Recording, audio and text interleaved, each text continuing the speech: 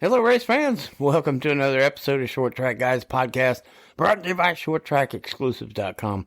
I'm your host, Thomas Faddis, alongside two other short track guys with me in the house, Jim Pokrant, driver the 07 Can'tQuitFishing.com sportsman and 2021 sportsman champion, Ted Baber. Ted Baber Video Productions, also locally here at Five Flag Speedway in Pensacola, Florida. What's up, guys?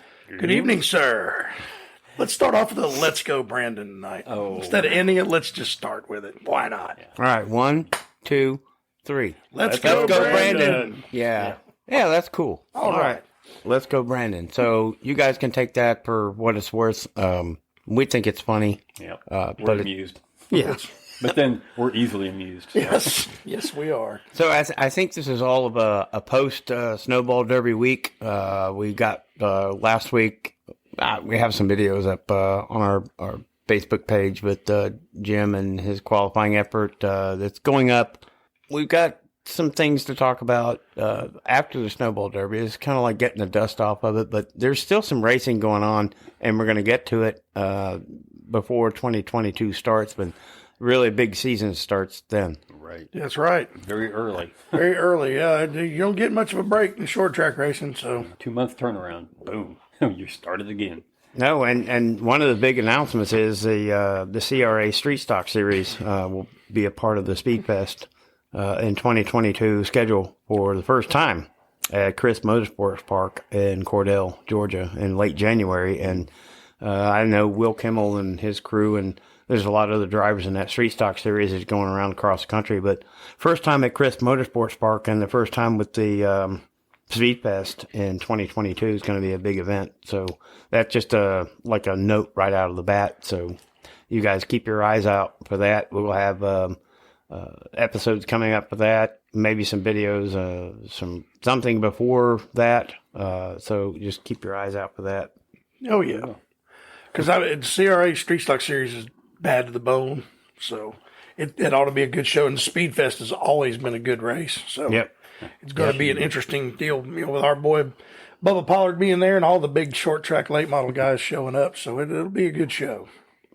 Be worth going to if you could get up there. Yeah, exactly. And some other notes with the Southern Super Series going big. Oh, yeah. Yeah, 13 scheduled series from North Carolina to Florida in the region. 10,000 to win with some bonus money coming up. I think the Southern Super Series is really just growing, bigger and better. We saw in the past with the Snowball Derby here just a week ago with the names that made it, then the names that actually didn't make it, that went home. Chose not to run the last chance to get in. They're just this Southern Super Series is going to be big, even with the bonus money. Oh yeah, well I forget. I think it was it CRA or one of the big late model series that had late model stocks and pro late models drop their super late models. Right. Yeah. I think it was CRA that did it. They're just going to run pro late models in the late model stocks. Right. The car count just wasn't there. Yeah, to continue but on you got to consider there's probably 7 or 8 teams that ran every single race there that'll be Southern Super Series bound. Now they got a supercar. Why sell your stuff and run pros when you can run super? So I think that's going to be a good addition to that series. I think they made the move at the right time. I think with the late model teams we've got now, I think it's going to be really big. Winning that is going to be huge. That's a big stepping stone winning that series. Yeah, exactly. With Bubba Pollard and Stephen Massey and Matt Craig and those, the likes. Mm-hmm. January 30th actually starts that Southern Super Series schedule. And that's at Chris Motorsports Park. And Five Flags, I think, is in April 8th and 9th. So definitely put that in your bucket list, your bucket list and your schedule to get to the 8th and 9th, because that's going to be what we think was a double header from last year that was so successful. Yeah. So it's going to be a big deal. It's 100 laps, I think, both nights. Yep. And you're going to see guys come in here, and I don't know if we're going to try to get in touch with Mobile and see what their schedule is like, because I don't know if Friday or Saturday night, I don't know how Mobile would fit into that, but hopefully Mobile would get a little bit tighter connection with that Super Series. Maybe so. I mean, it's She's been running pro late models and stuff like that, but local pro late models, nothing big. So I mean, I'd like to see that track stay afloat and keep working. I mean, we get some mobile cars over here, and I'm getting from several people I've talked to. A couple of guys aren't coming back next year; they're just going to run over there exclusively. So I wish them all the luck. Right. They have a good successful deal over there, but I really wish they'd put a wall around that place. I'm telling you, going off that back straightaway in that wet grass towards one of those Jersey barriers has got to be one of the scariest things in the world. And I don't know. I've seen people get hurt, and I think it'd be better if you'd bounce off a fence than you would sail off into that abyss. Yeah, what do you think about a 3-night deal, like a Thursday, Friday, Saturday, or a Friday, Saturday, Sunday deal with Five Flags and Mobile getting together and making a whole total weekend with like a lot of money on the line? That would be excellent. You If they could put do that, but something the problem with that is going to be the tracks are two totally different setups. So you're asking teams to come in, run one race here. They used to do it in the All Pro Super Series, but back then the cars weren't as complicated as they are now. Back then you could pretty much run the same setup in Pensacola Mobile, maybe change one spring, one shock, and be competitive. Because the All Pro Super Series used to run Friday night Five Flags, Saturday night in Mobile, and it was a big show. I mean, we got to get the fans back to the racetrack. That's where we're lacking right now. These kids nowadays got their faces stuck in iPads and laptops and video games. They're not concerned with getting their hands dirty. You got young kids like Grant Thompson and a few others that actually work on their race cars and get out there and they want to learn. You got to do something to get these kids interested, and that's where we stand. If we don't get the kids interested in fans, it's going to destroy our racing. That's my opinion. Well, I don't think the kids aren't interested. I mean, because we're seeing 13, 14-year-olds in late models now. But they're not working on the cars. They're just driving. And when they get bored, they don't want to do it anymore. They're just going to walk away. If you get their interest in the mechanical side of it, what it takes to make a motor run, what's it take to fix the brakes, what's it take, and if they wad it up, make them fix it. Like Chase Elliott. Chase Elliott can fix his own stuff. A lot of these kids nowadays, they just put on a pair of sunglasses and sit back in the chair and watch the crew work. I think they should have to work on the race cars. I think that should be part of your coming up in a racing. You should, because you'll appreciate the car more if you have to fix it when you tear it up.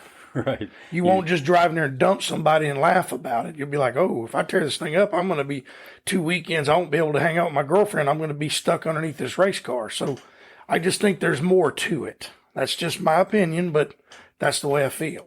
Well, I mean, that's Coming from the old guy. Yeah, I mean, 2021 sportsman champion. Yeah, but still, I'm the old guy. You worked, a long time, and you've been underneath the car, and I kind of know what a little bit of that is like. Yeah. I didn't have any help too, so I know that work goes into the shop and try to learn and have some help on the outside. You being part of that help, and so yeah, I totally get it. Well, and it's like my car right now. We cut it up. It's just now a pile of scrap metal, minus the roll cage, which I'm going to reuse, and my transmission's trashed, my bell housing's trashed, my clutch was trashed, the drive shaft's bent, the cross member's destroyed. I mean, it was a hard hit and it destroyed a lot of stuff, but I'm going to work on it. I've already started because I'm not going to be, come March when we start our regular season at Five Flags, I'm going to be ready to rock. Right. So that's our game plan. But I mean, I would love to mentor some young kids. I mean, these kids need to learn. Half these kids can't change a flat tire, dude. You break down side road, and Daddy, come change my. And their parents are like, well, he shouldn't have to get his hands dirty. He should go to college. No, college is not an answer for everybody. Just because you're a straight A student doesn't mean you get to go to college and you're going to learn something that's going to make you money. Well, you don't wind up with a pile of debt. Yeah, by the time you get out of exactly. trade school, You go to trade school and not end up in debt and make six figures if you know what you're doing. I mean, I'll get off my soapbox here, fellas, but I'm saying it affects everything. If kids don't want to work on nothing, then, granddad and grandma get too old to work on stuff and daddy don't want to work on it. And then the kid has a kid and he doesn't want to work on nothing. How are things going to get fixed? Right. How are we going to continue our sport if there's nobody to work on the cars? That's what I'm trying to get at. There's nothing wrong with a blue collar job. There's nothing wrong with making an honest living. Right. Well, that totally makes sense. If you want to do it, you've got to do it yourself. You want to do something right, you go out there and do it. And don't expect it to be Hey, don't stand in the shop and cross your hands and just stand there with your feet crossed and just look and watch what's happening. Don't ask questions. Don't get on there and get, cut up. Don't get burned. You know, Have you got to fun. get in there and figure it out. And that's just the way it is. And apparently, a lot of these big series, it's just not that way. No, and it's rent a car. And we've discussed this before Rent a in the car. business about how big money's ruining a lot of things, and that's part of it. You're exactly right. You're exactly right. I mean, I'm just saying, I enjoy working, with kids and watching them, the joy in their faces when they do something right. Here, take this apart. And you know what I learned? I knew what Taking it wrenches and apart. tools were. There's your part. My first car broke down, the timing chain broke on it. My daddy said, push it in the garage and start taking the front of the engine apart. He didn't come out there and help me. I pulled the power steering pump off, pulled this off, pulled that bracket off, got to the timing cover, pulled it off. My dad rented me a balancer, pulled that off, pulled it, and when we put the timing chain on, we started the car with just the timing chain to make sure it run. I put it all back together. I mean, it's just, kids need to learn that way. Yep. So anyway, enough of that mess. Let's get on to our short track racing, because I'm done off my soapbox now. That was a big race this past weekend at Swansboro, North Carolina. It's a 4/10 mile racetrack. Yeah, just west of Jacksonville, North Carolina. It's a Solid Rock Carriers Race of Champions, and it's a very, very emotional win at Carteret County Speedway with Stacy Perrier. I have his picture with the ASA car, and best wishes, Thomas, Stacy Perrier, hanging on my wall. A 51 years old, and comes away with a long-awaited win at Carteret County. Stacy Perrier comes away with the win over Connor Hall. Connor Hall. That's what Yeah, it says. Connor Jones and Brendan Queen and Justin Carroll, and that. Not by just a little bit either. No, it was not just by a little bit. He had it set up, and like I said, it was an emotional, long-awaited win for him. He's won a lot of races. He's mentored a lot of kids, like we just got through mentioning. But he dedicated the win to a spotter and a very dear friend. Daniel Williamson just passed away this past November from COVID. And wow, we're going to have the replays here on our Facebook page, and if you haven't seen that, it's very special. It was a cool deal, and it's good to see the old guys, 51-year-olds, still out there winning races. You have Way to go, inspiration, Stacy. That's right. I can say we're winning. Don't count us old guys out. We can still win. Still get it done. Still get her done. That's right. Yep. Still get it done. Well, congratulations, Stacy. Much more success and whatever you have endeavored in the racing history, or you're just whatever you've got going on. Just best of luck to you, and hopefully you could be an owner and have somebody in the car, and maybe it be a 15-year-old that's been in there and got cut and burned and learned the front suspension, rear end, engine, whatever, and just go to the front and stay there. And we can move on to the Fall Brawl 200 at Citrus County Speedway at Inverness, Florida, which is just west of Orlando in Central Florida. Yep. It was a big 200-lap Sportsman Series race, 10,000 to win race, which kind of seems to be a norm now for every race that you go to that are big. They're always racing for 10,000 plus bonus money, which is what I like to see. It attracts a big field and good quality cars. Yeah. Well, those cars are also going to be, they're sportsmen, but they're also, I think those are the same cars they run in the Wheelman series that Ricky Brooks is taking over this next year. Yeah, correct. Yep. Yeah. And Jason Bale comes over starting 11th. Number 407. 407. Yes, correct. That's right. Started 11th and had already won it twice, and came from 11th position and ended up taking the win from Brandon Morris, I think, and Jake Perkins was in the mix there. I don't know exactly if they finished 1, 2, 3 or 2, 3, 4, whatever, but congratulations to Jason Bale winning his third Fall Brawl 200 at Citrus County. I have to give a call out to the 7th place finish because he's a name we recognize, Anthony Cataldi. He's been here before. Right. Yeah. Yes, sir. Congratulations to him. I'm probably not, the finish he expected, but we throw his name out there, and Probably in one piece, and that's a solid finish. Yeah. Well, I'll tell you what, that series is going to be something to watch, the Wheelman series, because I think Ricky Brooks is going to take that series to the next level. Well, that's. I mean, I can say that too. I'm sure that anywhere Ricky Brooks is, his presence is shown or known, and people know that they're going to go to a big race or any race. It could be a 10-lapper, But if you go and Ricky Brooks is going to be there, you better bring your stuff. You will be legal. Yes, you will be right. The Room of Doom will speak again. Exactly. Yes. Room of Doom is pretty much what he started.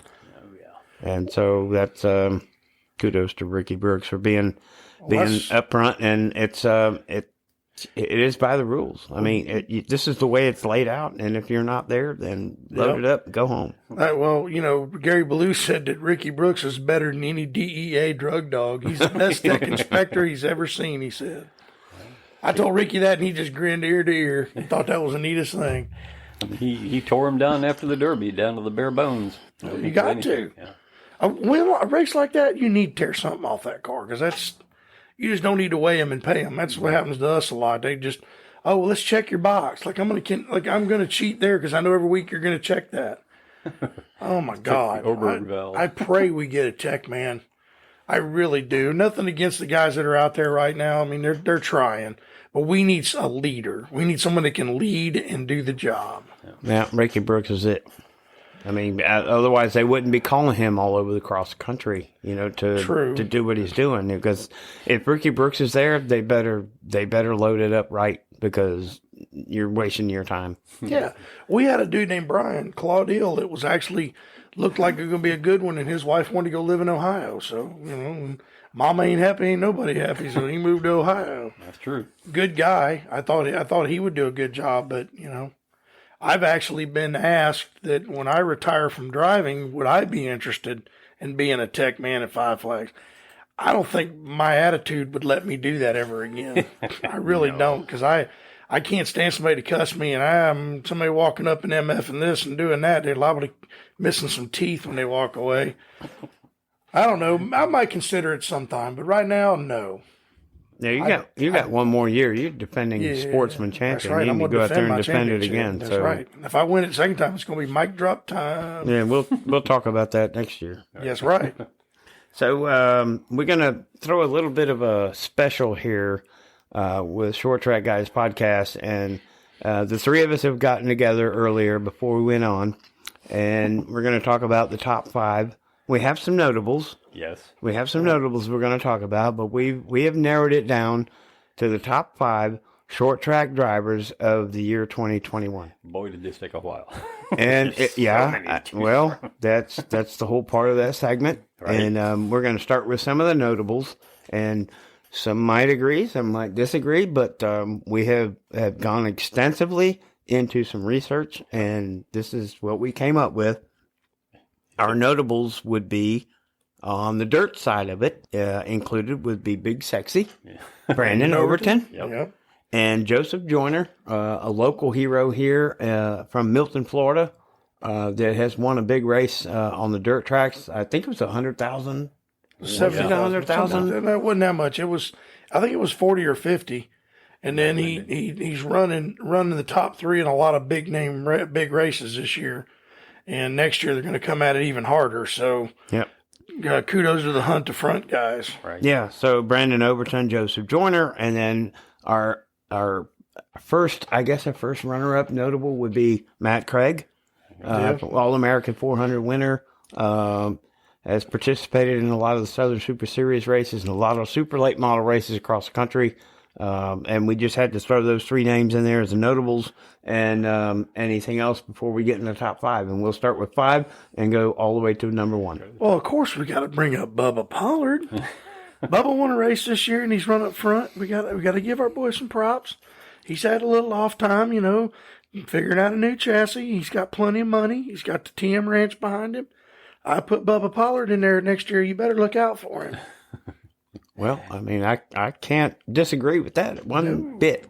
Or Bubba Stephen Nasse. You can't count those guys out, man. I mean, I wasn't a huge Nasse fan, but I've become one because the dude has changed.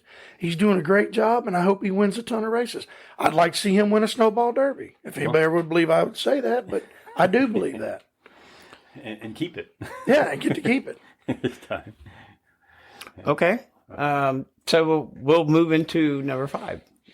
Jake Garcia. Oh, yes. Is in the 5th spot as far as we are the top 5 short track drivers of 2021. Jake Garcia, the driver of the 35 super late model, has shown a lot of potential. Got a great group of people with the crew chief, Ricky Turner, former Snowball Derby winner. He's won a lot of races this year. Yep. So we had to put him in a number 5 spot. Right. And Bill Elliott, Chase Elliott is one of his mentors.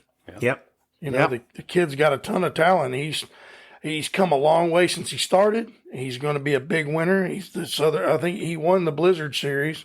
He's got a long future too. So Yeah, he does. And I think he was Southern Super Series champion. Correct. So, that's 2 big deals, and next year it's going to be even bigger. Right. They're watching that kid. The big guys are watching him. Right. Number 4. Number 22 out of the Donnie Wilson Motorsports stable, Sammy Smith. Absolutely. Sammy Smith is, we wanted to put him a little bit higher than that, but, number 4, I think, is a very fittable. He won several races this year and did pretty dang good. So, you can't, the 5 place, he backed the thing in the fence and with, got into it with Jackson Boone, came back to finish in the top 5 with the car shortened about 6 or 8 inches. The spoiler knocked all out of whack. So, you can't count Sammy out in any race. He can drive him bent. He can drive him straight. Well, he won the first Blizzard Series race this year, didn't he? I believe he Yeah, did. because the 26 broke. Right. Yeah. Yeah, I think he did win the first one this year. So yeah, you can't count him out no matter what. And I'm gonna tell you something. In Nashville, him and Chandler Smith put on a show up front. I think both of them had problems, but let me tell you something. Those 2 were beating and shoving, and had Donnie Smith giving Donnie just he's probably done her chugging Pepto Bismol. Oh God, you guys are gonna make me puke. My Nanta. Because it was bad. But I agree with Sammy Smith. He's one of the best. Yep. Yeah. Great race car driver. Yeah. And you can best that he's going to be a name that we'll be mentioning. We'll be reckoning with him for a while. For a long time. Oh, yeah. And so we'll move to number 3, Luke Fenthouse, Wisconsin native that's up there winning the Slinger Nationals and getting a ride in the SRX series. Mm-hmm. And really doing himself justice, and then coming down here to the Derby and performing like he did, albeit not the performance that he wanted in the finish, but what he's done and proved himself against the stellar field that they had with the SRX series, and getting in winning the Slinger Nationals was like really nice. Yeah, great kid, good kid, ton of talent. Going to be somebody that we're going to be watching. And, from the Midwest, you got to think of the talent that came where he come from. Yes, you're talking, Oh, yeah. You're talking Seneca. You're talking Mike Eddy. You're talking Dick Trickle, Alan Kulwicki. Mark Martin. Mark Marzov. He was another guy that they considered one of the best from out that area. Those guys, man, they raced 7 days a week sometimes. And that's what they did for a living. So, you can't, and to come from there, you're coming from pedigree. That's for damn sure. Right. Good racing. And we roll into the top 2, and number 2 will be Mr. 5-time Snowball Derby winner from Wisconsin, Rich Bickle. Right. Happy retirement, dude. Yes. Absolutely. We're going to miss you. I loved your interview there at the end where you drank a beer with everybody, and that was really cool of him to give one of his fire suits to our gate guy, Tatum. Not Mike Tatum, but Daryl Tatum. Gave him a fire suit, one of his Cummins fire suits. Now, this was back when he won his 3rd Snowball Derby driving a Dodge. Mm-hmm. He could still fit in that fire suit. Tell you how much that man's his physical fitness is pretty stout. But, he won the Joe Shear Classic driving number 36. And then he won one of his good friends, Jim Sauter, won that race. Fitting season for a guy like him. Right. I'm glad they let him run the Snowball Derby. He started running pretty good there, and then I think the motor let go. Rich Bickle, we're going to miss you. And we hope to see you around. I hope you're not going away completely. I think you'll be around. He said something about going to Costa Rica. I don't know. And he said he was thinking about living down there. I'm like, okay, well. Yeah, only time will tell. Yeah, right. So congratulations, man. Great job. Yep, congratulations, Rich, on a stellar career. We are, from Short Track Guys podcast, we are going to miss you.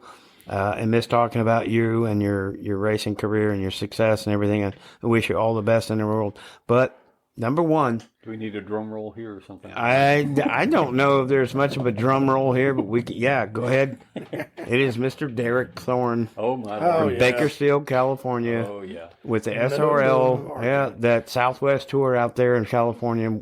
10 races, he wins 9 of them. Just come out here and just dominates the Derby weekend too. So. He sets on the pole for the 3rd year in a row. Right. Set on the pole for the Snowflake on Saturday night for the 2nd year in a row and wins both of them.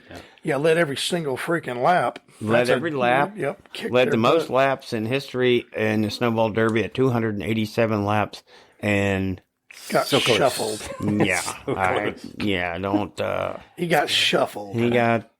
The bump and run. Yeah. But I don't know. But I'm going to tell you something. It's no different from me. If I was running second to him, sorry, dude. If I was racing against you, Thomas, for the Snowball Derby, I'd have to move you, brother, because that's something on my bucket list, and I wanted, and he wanted it. That was one of those deals, who wanted it bad enough. And Chandler Smith wanted it bad, so it happened. But congratulations, Derek Thorne. You are the best short track late model driver in America right now. You're the man. That's all there is to it. That's our vote, and we put it together, and we've we went through an extensive little bit of research. And Derek Thorne, you are the man. Congratulations to your 2021 success. Look forward to having you back in Pensacola next year and keeping up with your success.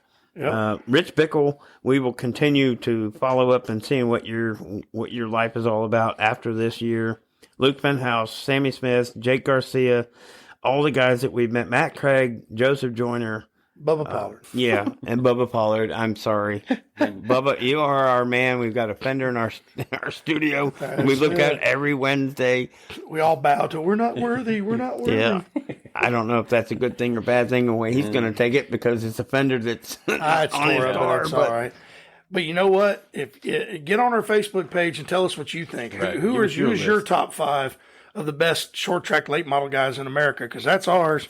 That's our opinion. We, as a consensus among the 3 of us. Correct. And we want to know who you think is the best short track late model guy in the country. Old, new, young, I don't care. Tell us who it is. Yep.